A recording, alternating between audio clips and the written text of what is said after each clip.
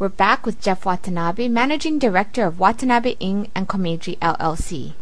How did you initially meet Senator Inouye? Senator Inouye had a practice for many, many years, he probably still does, of helping kids from Hawaii who are there in Washington, usually going to school.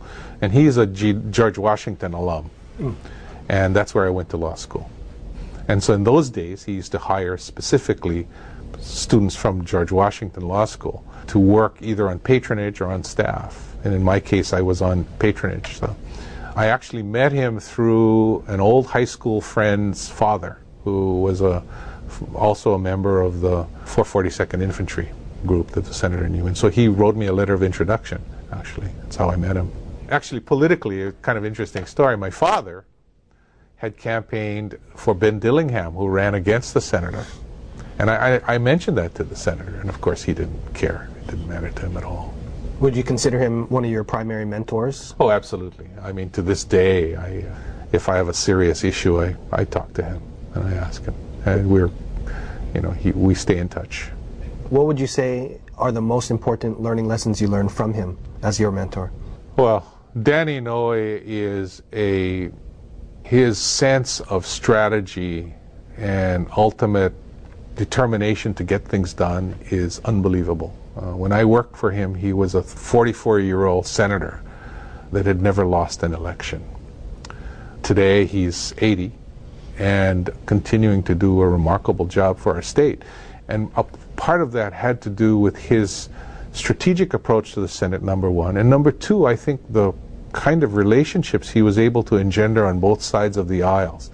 Understanding that Hawaii was a small state, that we don't have a large congressional delegation, that it was very, very important that he utilize seniority and relationships in very strategic ways. And it's been wonderful for certainly for the state of Hawaii and its people.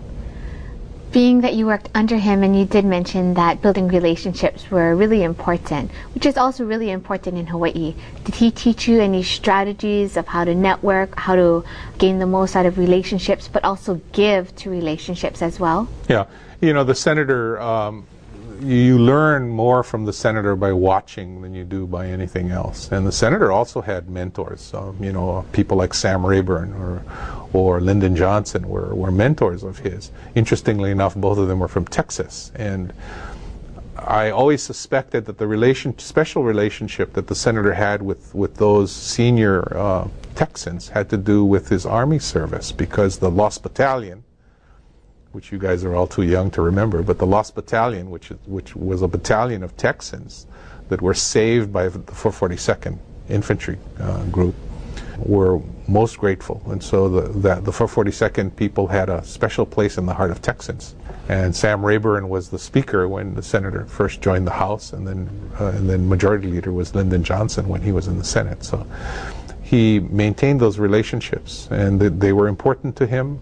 He understood the importance of those relationships to the state, and he worked at them. So watching him do that was a real experience.